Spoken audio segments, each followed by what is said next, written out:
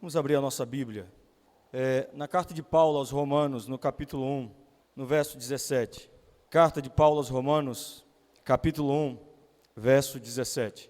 Eu estou com uma missão muito difícil hoje, porque hoje é culto da ceia. E ontem foi o dia da reforma protestante.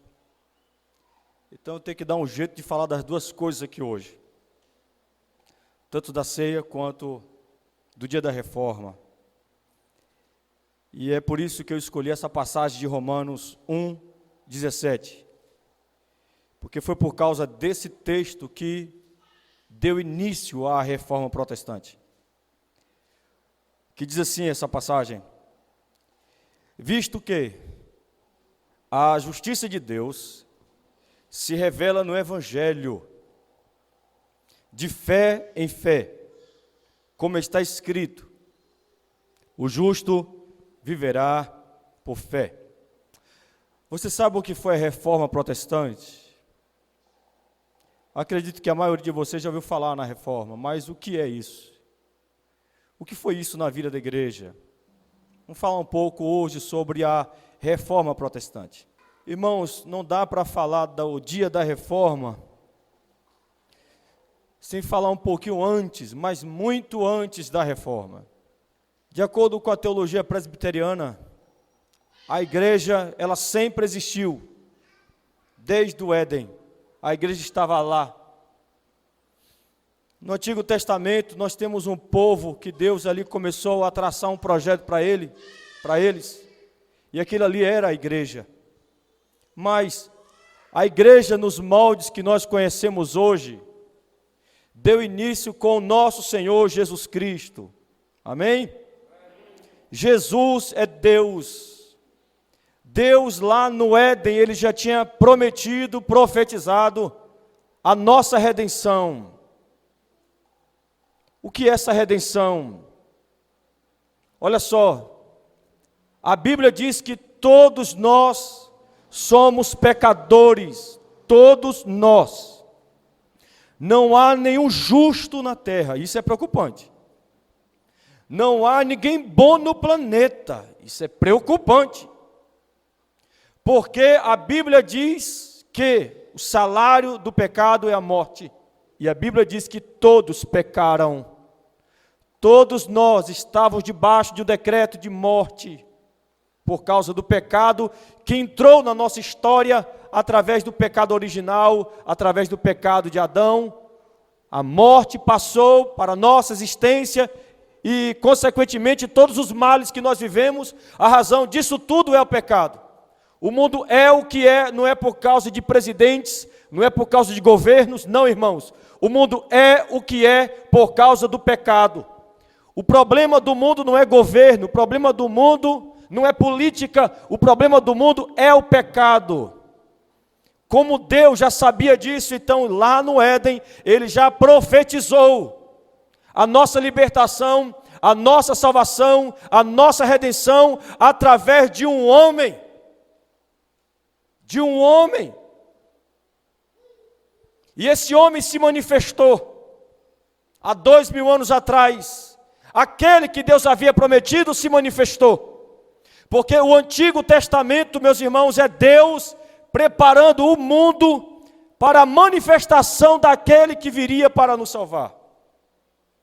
O Antigo Testamento nós resumimos dessa forma: é Deus preparando o mundo para enviar o nosso Salvador.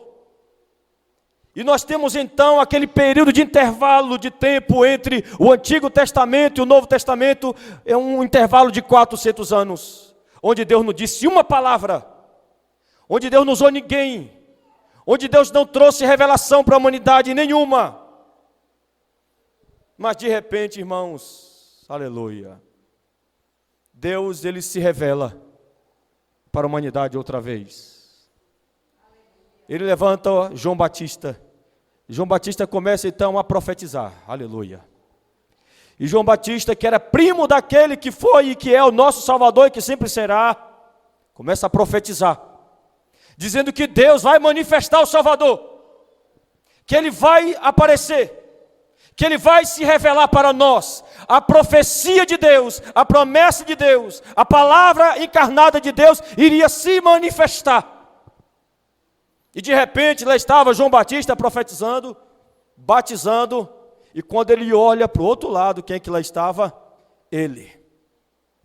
Aquele que Deus havia falado lá no Éden, que nasceria de uma mulher e que esmagaria a cabeça da serpente, lá estava ele, em carne e osso, de pé, ali, diante de João Batista. João Batista fica maravilhado com aquilo, aleluia. Pede para esse homem batizá-lo, mas ele disse não, para que se cumpra o que está escrito, é você, João, que tem que me batizar. E eu fico vendo a alegria de João, de pegar este homem, a promessa encarnada, em seus braços, aleluia, imergir ele ali naquelas águas, e dizer, eu lhe batizo, aleluia. Porque se eu fico alegre, irmãos, quando eu batizo alguém em nome do Pai, do Filho e do Espírito Santo, imagine João Batista batizando esse homem, que foi e que é e que sempre será o nosso Salvador. Esse homem é batizado, aleluia. Depois o Espírito Santo leva ele para o deserto para ser tentado. E lá ele passa 40 dias, sem comer, sem beber. E ele é tentado em tudo que você pode imaginar, mas ele não peca. Porque ele não é qualquer homem, ele é a promessa de Deus para nós. Ele vence o deserto, ele vence a tentação, ele vence Satanás e ele dá início ao seu ministério. E de repente uma família convida ele para uma festa de casamento. E ele vai para a festa de casamento e lá ele realiza o seu primeiro milagre. O milagre da transformação de água para vinho. E ele não fez aquele milagre por acaso. Ele não fez aquele milagre por uma necessidade apenas daquela festa de casamento. Ele fez aquele milagre, irmãos, para ilustrar para nós sua missão na terra. Ele veio pegar pessoas e transformá-las. Jesus é este homem que veio a esse mundo para transformar pessoas. Jesus escolhe a dedo 12 homens para treiná-los, para revesti-los de poder, para derramar sobre eles o Espírito Santo, para que quando Jesus Cristo terminasse a sua missão aqui, estes 12 homens continuassem com esse trabalho, continuassem com essa tarefa. Jesus termina a sua obra, ele é morto, crucificado, ao terceiro dia ele ressuscita, e ele sobe para a glória. Mas ele deixa aqui 12. Ele deixou aqui 12 homens. 12 homens. Apenas 12 homens. Para dar continuidade à pregação do Evangelho. E esses 12 homens pregam o Evangelho, irmãos. Com poder, com graça, aleluia. No nome do Senhor. O Evangelho cresce, se expande. Chega até o Império Romano. Esses 12 homens, esses 12 apóstolos morrem. Tinha que morrer. Eram seres humanos, pecadores também como nós. E depois que esses 12 homens morrem, a obra não poderia parar. Então outros homens o substituíram. E nós chamamos esses homens de os pais da igreja. Os pais da igreja. Então percebam que nós temos Jesus, nós temos os 12 e nós temos os pais da igreja. E durante 300 anos os pais da igreja deram continuidade à doutrina de Jesus e à doutrina dos apóstolos, mantendo a igreja fiel à palavra, mantendo a igreja santa, mantendo a igreja debaixo dos ensinamentos de Jesus e dos 12 apóstolos. O evangelho chega até Roma. Roma começa a perseguir os cristãos da época e começa a matar os cristãos, mas cada alma de crente que o Império Romano matava, mais 1000 romanos se convertiam. E isso se tornou algo impressionante em Roma. Eles tentaram acabar com o cristianismo, mas não conseguiram. Eles tentaram acabar com a palavra, mas eles não conseguiram. Aleluia. Porque ninguém, irmãos, destrói a igreja de Cristo. Porque as portas do inferno jamais irão prevalecer contra a igreja de Deus na terra.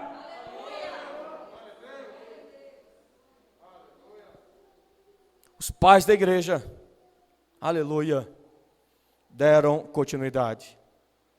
Mas os pais da igreja morreram. E lá pela era 300 até 395, nesse intervalo do ano 300 até o ano de 395, veio alguns imperadores de Roma que não conseguiram acabar com o cristianismo, então aderiram ao cristianismo. Seguindo aquele princípio, se eu não posso derrotar o inimigo, então me junto a ele. Constantino foi o primeiro imperador. Ele começou a declarar que ele iria colocar o cristianismo como a religião oficial e legal de Roma. Outros dois imperadores, depois de Constantino, também deram continuidade a esse projeto, e eles estabeleceram então a igreja cristã como a igreja oficial e legal de Roma. Alguns viram aquilo ali como uma maravilha, alguns viram aquilo ali como uma coisa bela. Não, irmãos, aquilo ali foi o início do império das trevas da igreja e no mundo. Porque eles colocaram o cristianismo como religião oficial, mas eles começaram a trazer para dentro do cristianismo doutrinas pagãs. Começaram a trazer para o cristianismo princípios pagãos. E do ano 300 até 1517, a igreja cristã, aquela igreja que Cristo havia plantado aqui, aquela igreja que os apóstolos deram continuidade, aquela igreja que os pais da igreja deram continuidade, aquela igreja se afastou completamente dos ensinos de Jesus e dos apóstolos, então deu início ao que a história chama de período de trevas, ou idade das trevas. E a igreja permaneceu na escuridão, irmãos, de 300 até 1517, em trevas, longe daquilo que Cristo havia pregado, muito longe, muito longe. E a partir disso, então, a partir do ano 300, a igreja começou a trazer para dentro dela algumas heresias, e eu quero nomear algumas delas aqui para vocês.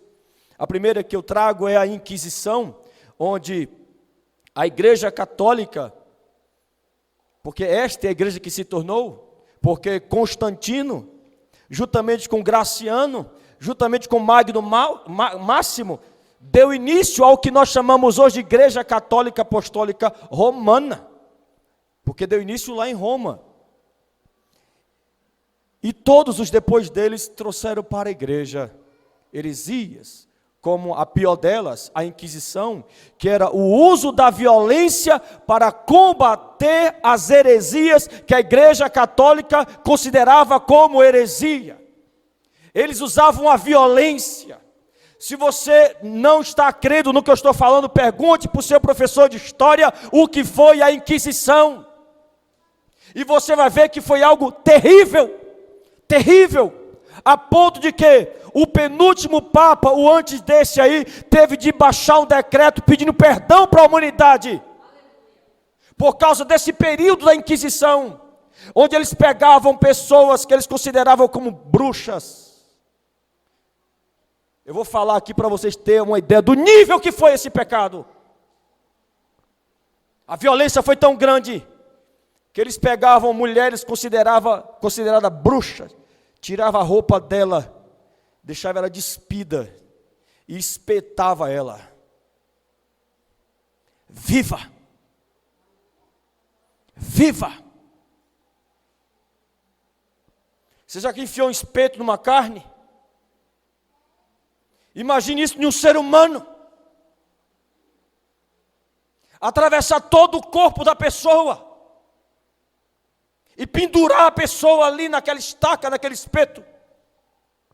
E depois disso feito, ainda colocava fogo Isso foi a Inquisição, o uso da violência.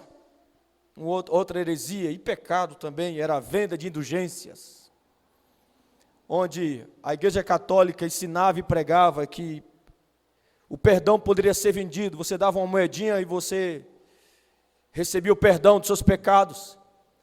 Se um parente seu morria, então você poderia comprar a saída dele do purgatório, que é uma outra heresia.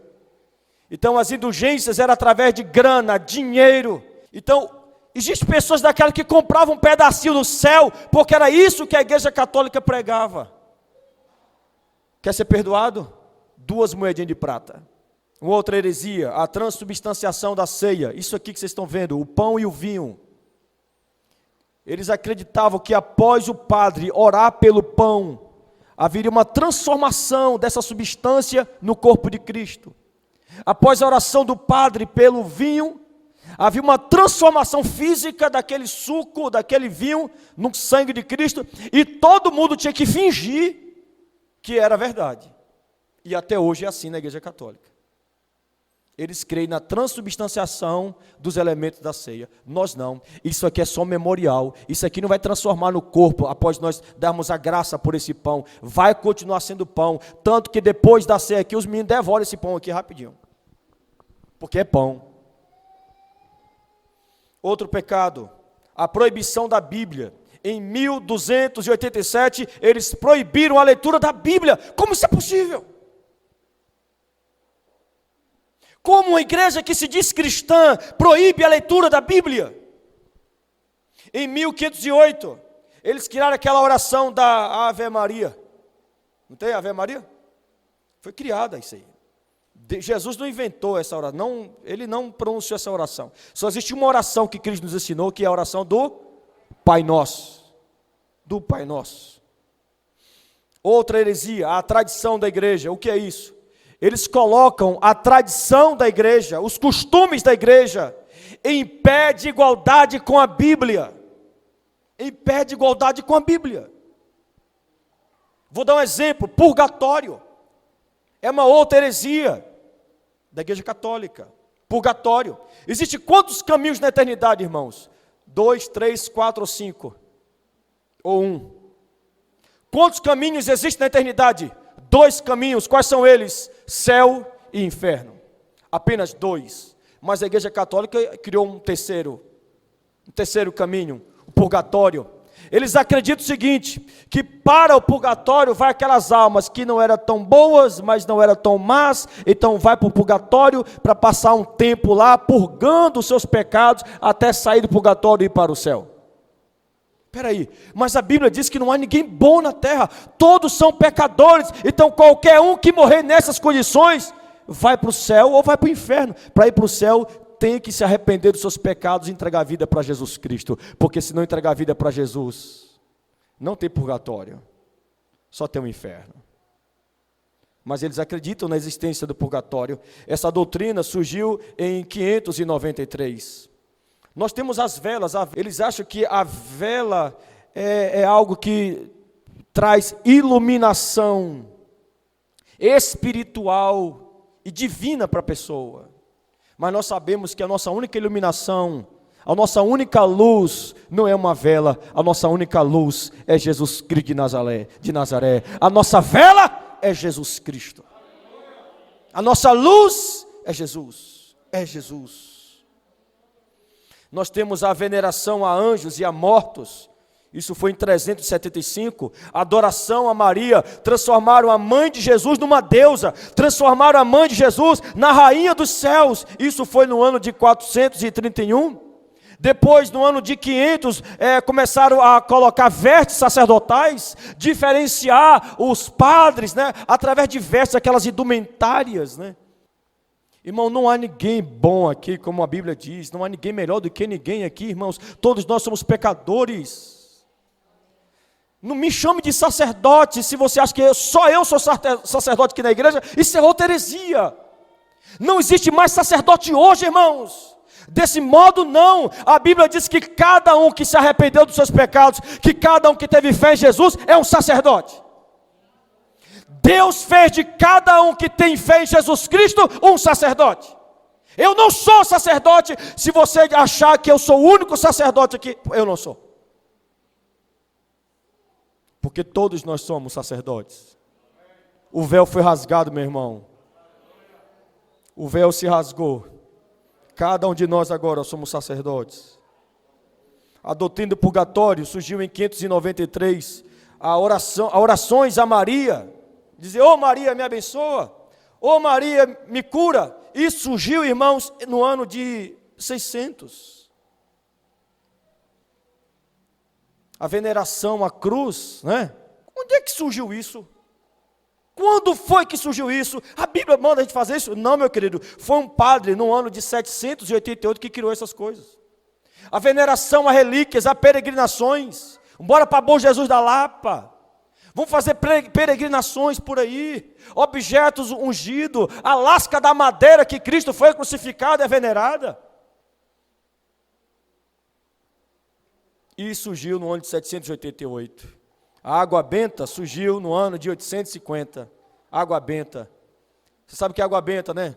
Pega a água, bota um pouquinho de sal e manda um padre fazer uma reza e aquela água se torna benta.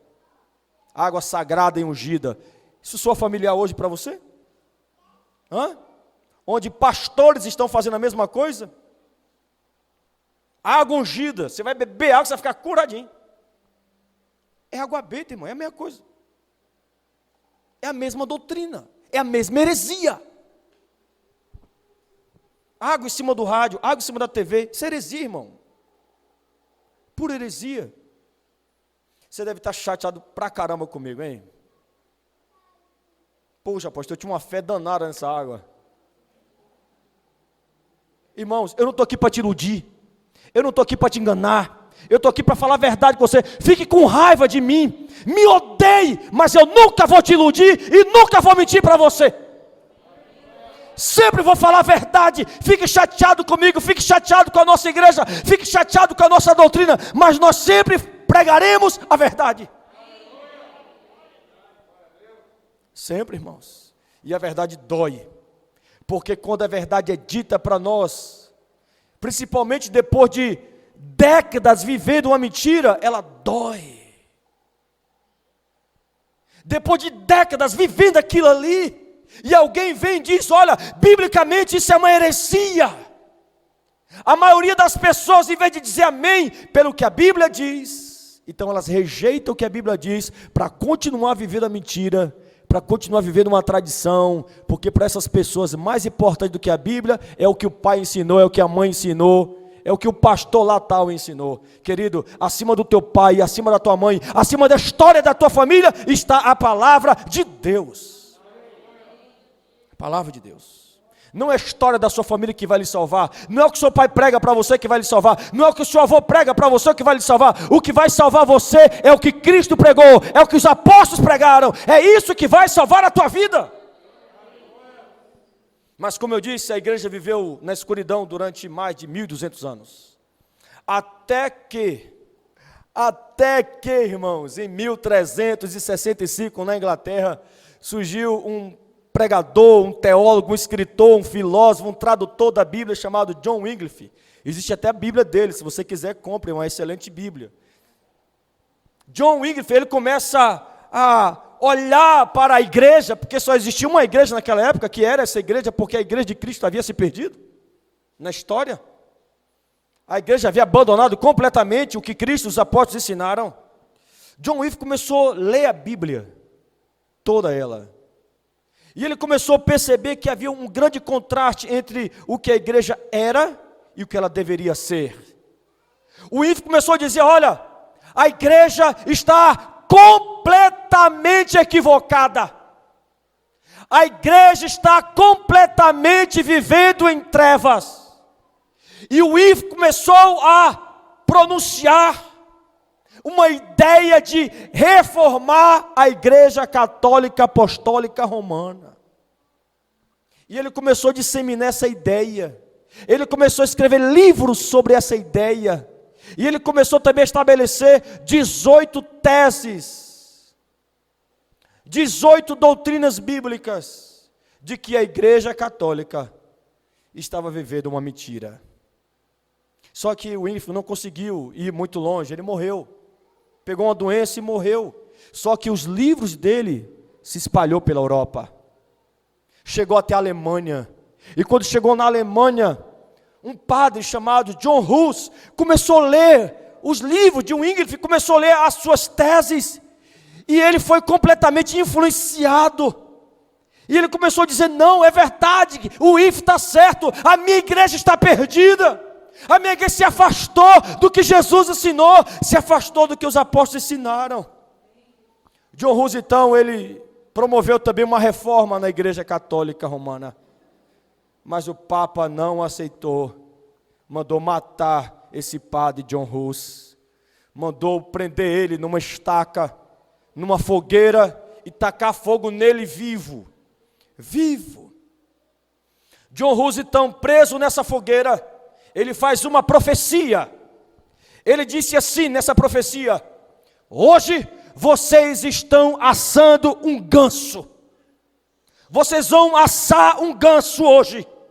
Mas daqui a 100 anos, um cisne vai cantar, aleluia.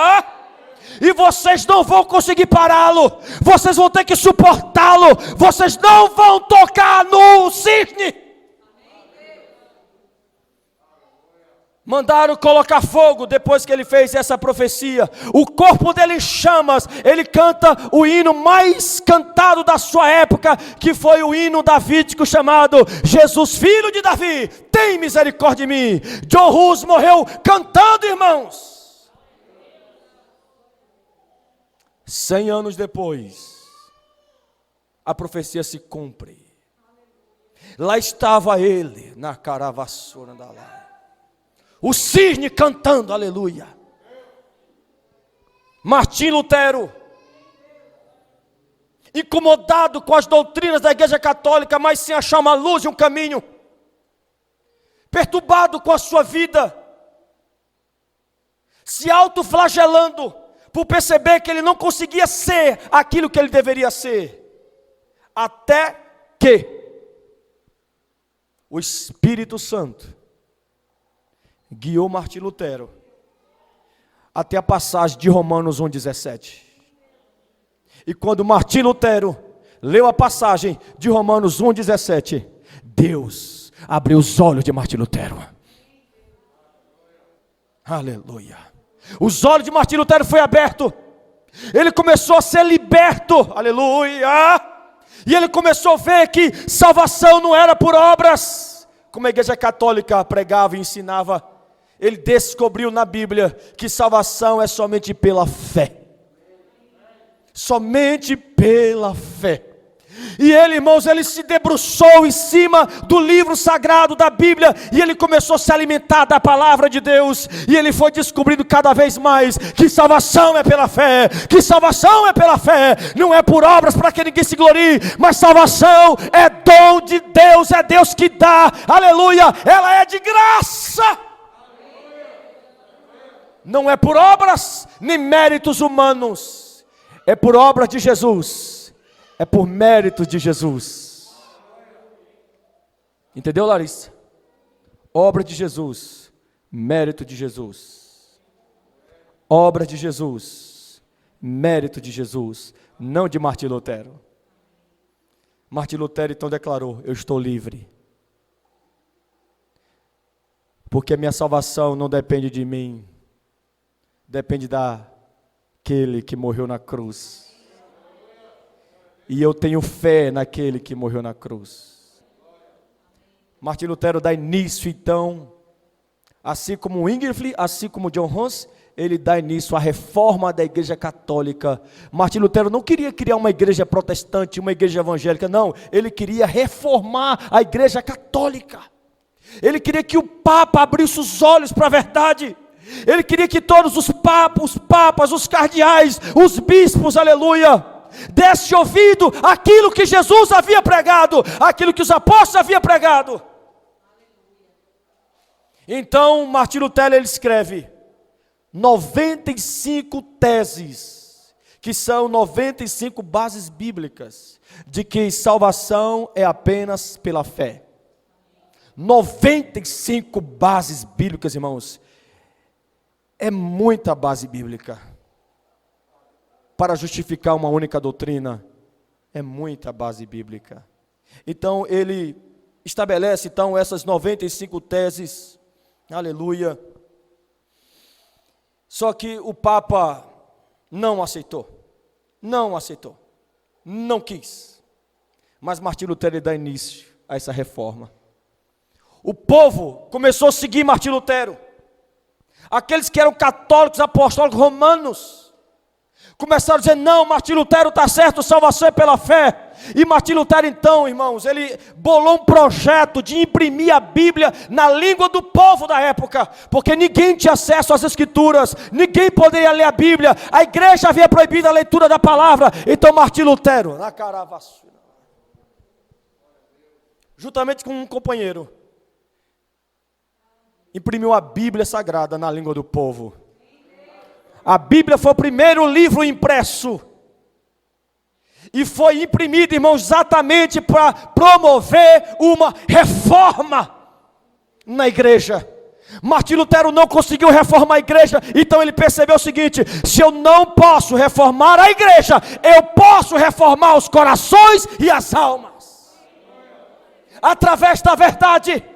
Através da Bíblia, eu vou traduzir a Bíblia na linguagem do povo, porque a Bíblia naquela época, e eu acredito que muitos aqui, os avós de vocês, eu acho que acompanhou essa época, onde a missa era feita em latim, em uma linguagem que ninguém entendia. Em nome do Pai, do Espírito Santo, quem é que entende um negócio desse, meu Deus do céu? Mas o povo tinha que dizer amém, mesmo não sabendo o que o padre está falando, o povo tinha que dizer amém, porque era ordem da igreja. Martim Lutero está errado. Se eu quero reformar os corações, eu tenho que dar a palavra de Deus para o povo. Cada alma tem que ter uma Bíblia na sua casa. Irmão, hoje para você ter uma Bíblia, para você é fácil, você vai ali e compra.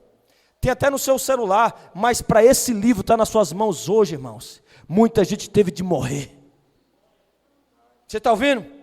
Esse livro que você está nas mãos é manchado com sangue. Mas os reformadores, eles não desistiram. Eles não pararam. Depois de Martim Lutero, veio outros grandes reformadores. Deus levantou grandes homens. Porque essa obra, irmãos, foi de Deus. Não foi nenhum homem que começou essa obra. Foi o próprio Espírito Santo que deu início a essa reforma. Martim Lutero, então, escreveu as suas 95 teses. E chegou lá naquele castelo que ele pregava. E pregou as 95 teses.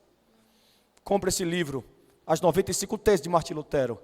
É um livro maravilhoso. Maravilhoso. Depois de Martim Lutero, veio João Calvino, veio Melancton, veio Zwinglio, veio Tomás de Montezet, veio Martin Bucer e tantos outros reformadores. E deram continuidade a essa reforma protestante. E é por isso que nós estamos aqui hoje, irmãos. Porque senão nós estávamos crendo no purgatório. Estávamos rezando para Maria. Estávamos fazendo missa do 7º dia. Estávamos crendo no purgatório. Estávamos acendendo vela até hoje. Mas graças a Deus, que Deus levantou Lutero, Calvino, Melancton, Zwinglio. Esses homens deram a vida deles para que hoje eu e você tivesse acesso à verdade. A verdade. E a maior herança da reforma protestante é o que nós chamamos de 5 solas. O que é isso? 5 doutrinas, 5 credos, 5 princípios bíblicos que contradizem completamente as heresias da Igreja Católica Romana. São elas os pilares da reforma. Somente a fé é o primeiro. Segundo, somente a Escritura. Terceiro, somente Cristo. Quarto, somente a graça. Quinto, glória somente a Deus. Essas 5 doutrinas compõem os pilares da reforma.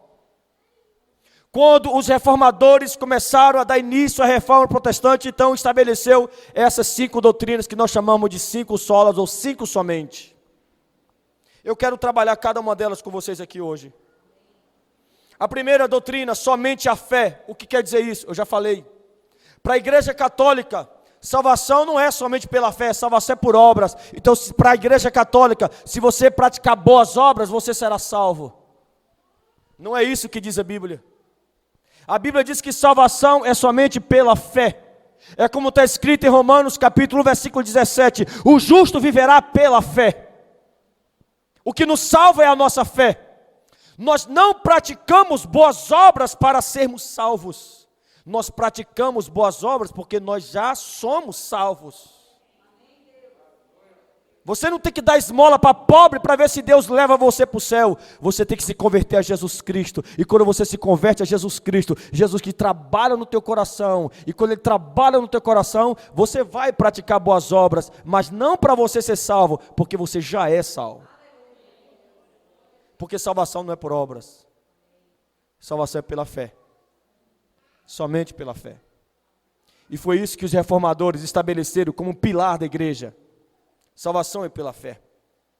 Segundo, somente a Escritura. Por que isso? Como eu disse, em uma das heresias da igreja católica, eles acreditam que a tradição da igreja se equipara também à autoridade da Bíblia. É mais ou menos assim. Purgatório não está na Bíblia. Mas se a igreja prega isso há tanto tempo, há tantos anos, há tantos séculos, então purgatório também é uma verdade. É isso que a igreja católica acredita. Mas não é isso que a Bíblia diz.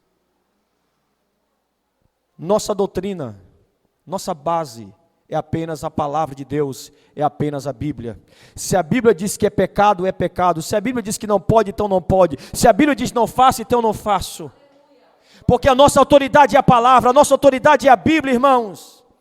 Nada, nem ninguém, nenhuma doutrina, nenhum credo está acima do que a Bíblia diz. Não importa a tradição da igreja, o importante é a Bíblia. Somente a Bíblia é autoridade, somente a Bíblia é palavra divina, somente a Bíblia é inspiração divina, somente a Bíblia.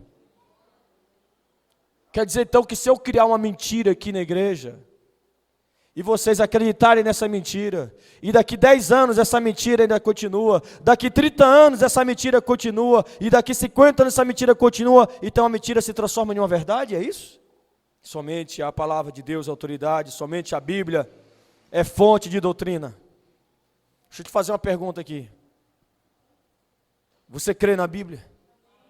Em tudo que ela diz? Então se submeta a ela. Não se submeta àquilo que eu ensino. Olha aqui para mim. Eu não sou dono da verdade. Não tem um pastor no mundo que é dono da verdade. Somente a Bíblia é a verdade. Por favor, analise biblicamente tudo que eu ensino a vocês. Tudo. Tudo que eu ensino tem que passar pelo crivo das Escrituras. Não sai por aí dizendo, o pastor falou, então é verdade. Não. A Bíblia disse, então é verdade. A Bíblia que diz, então é verdade. Teve uma das jovens aqui da nossa igreja, que estava conversando com a outra jovem de uma outra igreja. E a jovem da nossa igreja estava dizendo, olha, essa doutrina é errada. Porque a Bíblia diz isso. A outra menina falou, pera aí que eu vou ligar para o meu pastor. Ela ligou para o pastor. Olha, o meu pastor disse que é verdade. Mas a menina aqui da igreja disse, não, é mentira. Porque a Bíblia diz isso. E eu falei, uau, ainda bem que ela não disse, o teu pastor disse isso, o meu pastor disse isso. Não, a Bíblia disse isso. Porque acima de qualquer pastor está a palavra, acima de qualquer credo está a palavra, acima de qualquer igreja está a palavra. Somente a Bíblia é a palavra de Deus, irmãos. Somente a Escritura. Terceiro, somente Cristo. Porque os reformadores colocaram essa doutrina como um pilar. Porque na igreja católica, eles acreditam que eles têm vários mediadores até Deus. Eles podem orar a Santo Antônio, São Pedro, Santo constante. É tanto santo, meu Deus do céu. São vários mediadores. Você pode orar para Santo Antônio ir até Jesus, de Jesus ir até Deus, sei lá como é que é a hierarquia deles aí. Você pode orar para Maria, né? Tem até aquele slogan lá, né? Pede a mãe que o filho atende. Como se Maria fosse mais piedosa, mais misericordiosa, mais bondosa do que Jesus Cristo. Paciência com uma coisa dessa, meu Deus do céu. Ninguém é melhor do que Jesus. Ninguém é mais misericordioso do que Jesus. Eu vou falar no português rasgado aqui. Ninguém é mais bom do que Jesus. Ninguém, irmãos. Ninguém se equipara a Jesus Cristo. Ele é totalmente gracioso. Ele é totalmente bondoso. Aleluia.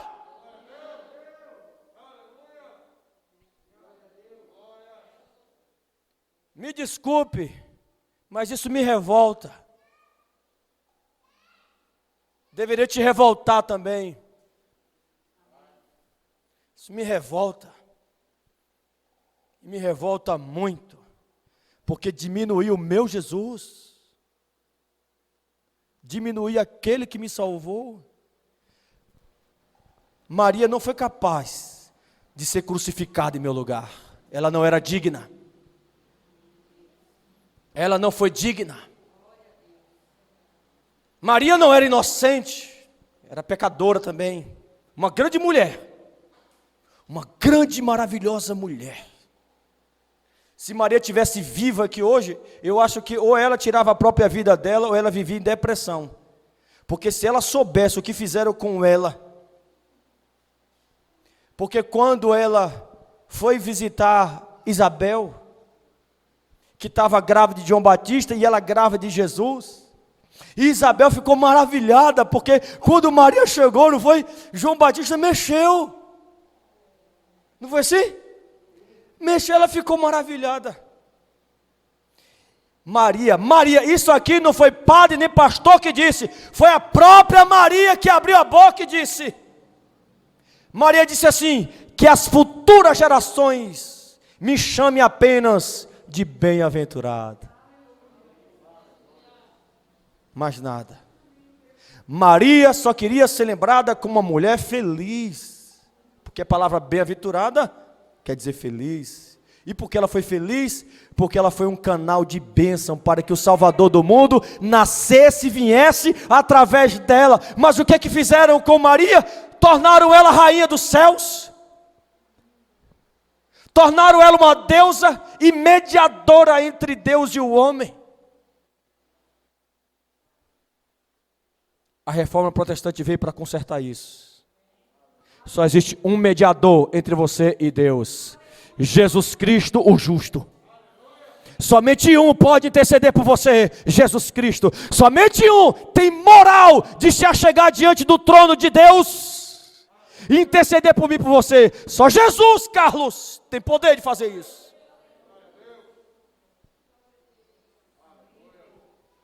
Toda vez que você ora em nome de Maria, você menospreza o sacrifício de Cristo na cruz. Porque deixa eu te falar outra coisa bem lógica aqui. Se Maria pudesse perdoar pecados, se Maria pudesse interceder por você, se Maria pudesse lhe salvar, então me explica uma coisa: qual a necessidade de Cristo ter morrido na cruz? Qual? Porque antes de Jesus Cristo nascer, Maria já existia. Maria já estava aqui. Deus poderia dizer: não, eu não vou mandar meu filho para morrer numa cruz, eu tenho Maria lá embaixo. Eu vou usar Maria para ser minha mediadora. Eu vou usar Maria para ser a intercessora deles. Deus não fez isso, porque Maria não era suficiente. Maria não era santa. Não havia perfeição em Maria. E para haver salvação de pecadores como eu e você, um santo, um perfeito, um justo e um completamente inocente tinha que morrer. Aqui na terra Deus não achou ninguém, mas lá no céu Ele achou o filho dele. E Ele enviou o filho dele aqui para morrer no teu lugar. Portanto, somente Jesus pode salvar a tua vida. Somente Jesus pode salvar a tua casa. E todas as vezes que você se dirige a algum santo, você está perdendo o seu tempo, porque santo nenhum está ouvindo você. Só Deus pode ouvir as suas orações através de Jesus Cristo. Os reformadores vieram e disseram: não, somente Cristo, somente Jesus é mediador entre Deus e o homem. Não há salvação em nenhum outro, a não ser em Jesus. Não há nenhum que é digno de nossa adoração, de nossa veneração. Somente Jesus é digno de toda a nossa adoração, de toda a nossa veneração, adoração, louvor, honra e glória. Somente Jesus é digno. Por isso que um dos pilares da reforma é somente Cristo Jesus. Quarto, somente a graça. O que quer dizer isso? Somente a graça. Significa que salvação vem por graça divina. Deus é que decidiu salvar a humanidade. Deus é que veio até nós. Foi Ele que veio até nós. E Ele veio para nos salvar, não porque nós somos especiais, porque tem gente que se acha, né? E o pior é que tem falsos pastores, pregadores, que ainda promovem isso ainda. Tentando convencer as pessoas daquilo que elas não são. Jesus não veio aqui para morrer por pessoas que sabem que vale alguma coisa. É o contrário. É totalmente o contrário. A morte de Jesus Cristo na cruz não prova o seu valor. Não. É o contrário. Totalmente o contrário. A palavra graça, muitos de vocês sabem o que é. Significa favor imerecido. Ninguém aqui merece ser salvo. Ninguém aqui merece ser perdoado. Ninguém aqui merece ser abençoado. Ninguém aqui merece ser liberto. Ninguém aqui merece entrar no céu, mas pela graça, pelo favor imerecido de Deus, pela fé em Jesus Cristo, nós chegaremos lá. Porque o nosso Deus é um Deus de graça. Quando os reformadores vieram com essa doutrina, é porque na Igreja Católica até hoje eles ensinam isso, que salvação é por mérito, mérito humano. Você tem que merecer a salvação. Salvação é meritória.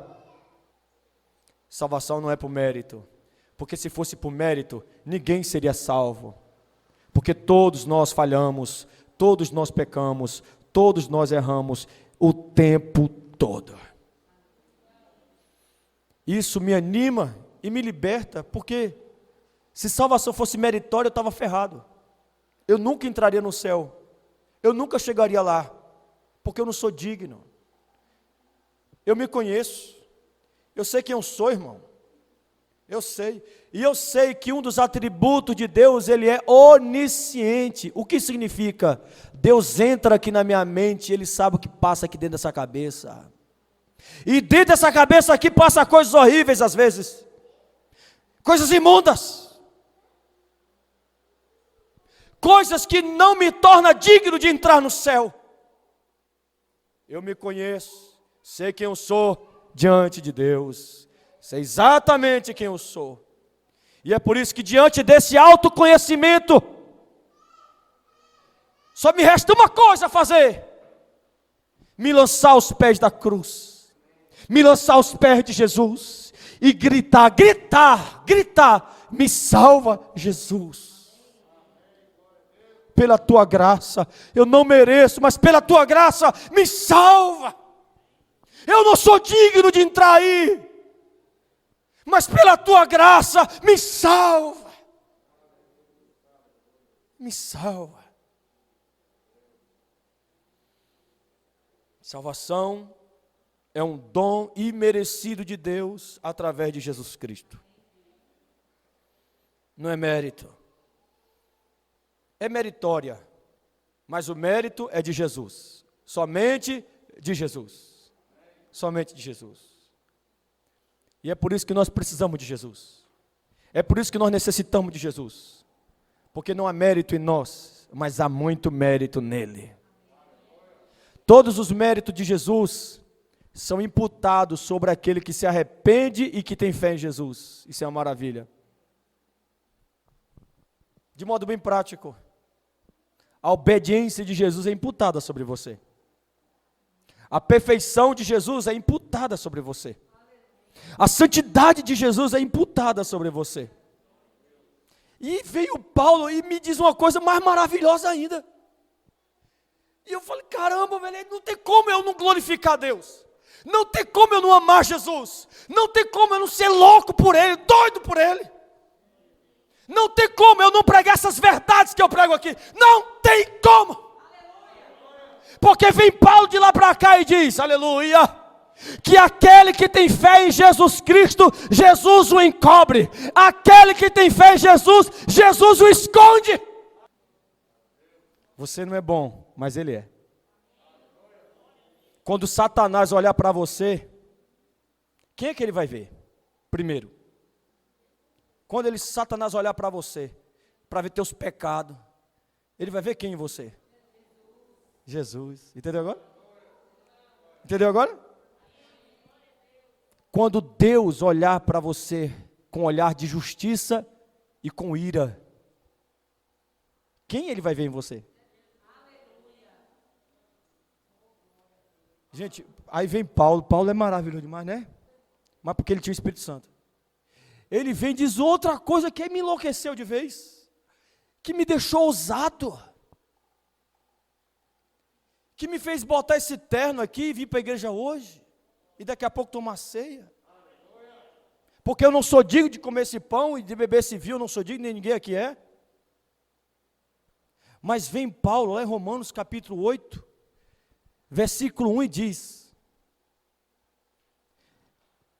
nenhuma condenação há para aqueles que estão em Cristo Jesus. O que Paulo está dizendo? Para aqueles que estão em Cristo Jesus, todos são inocentes, todos são perdoados, todos foram justificados, para aqueles que estão em Cristo Jesus. E a pergunta é, e eu quero que vocês respondam em nome de Jesus, responda com brado de vitória: quem aqui está em Cristo Jesus aí, irmão?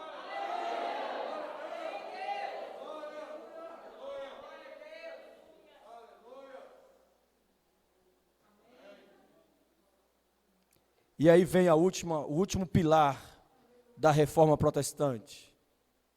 Depois de tudo isso, só resta essa última, que é glória somente a Deus. Glória somente a Deus. Você pode repetir comigo? Somente.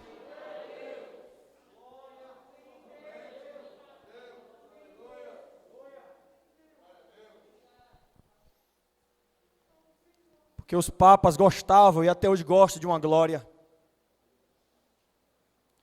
Muitos líderes religiosos gostam de uma glória, de receber glória para si. Glória somente a Deus.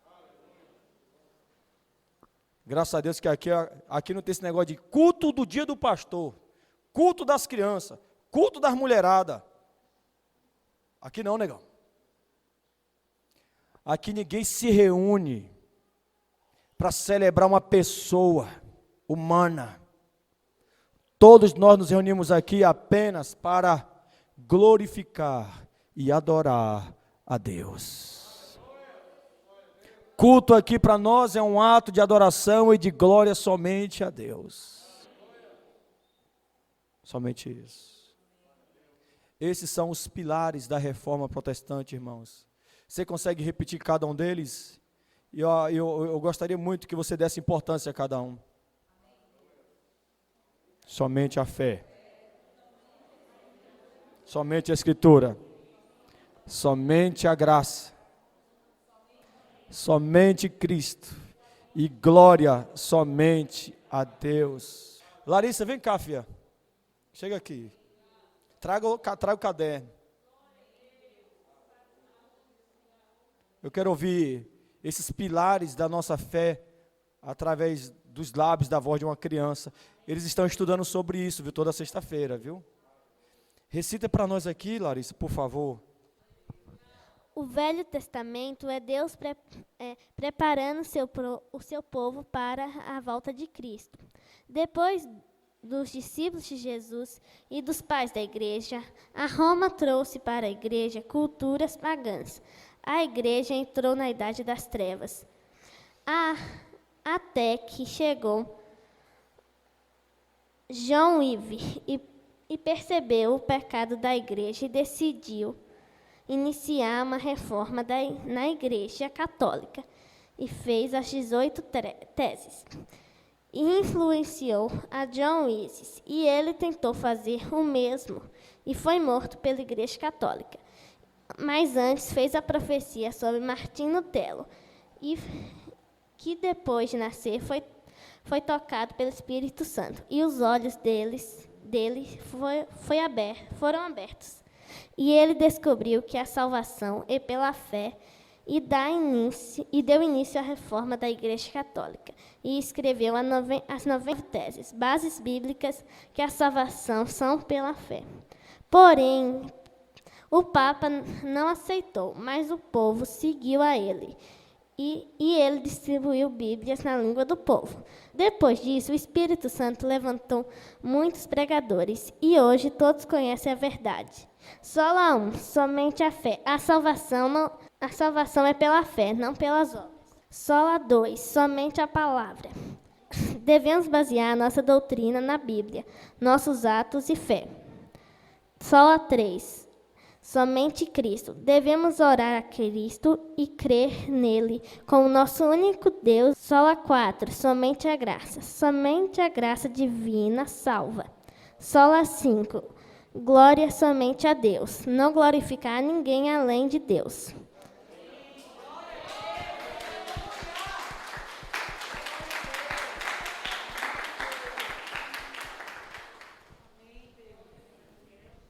Fique de pé, igreja, por favor.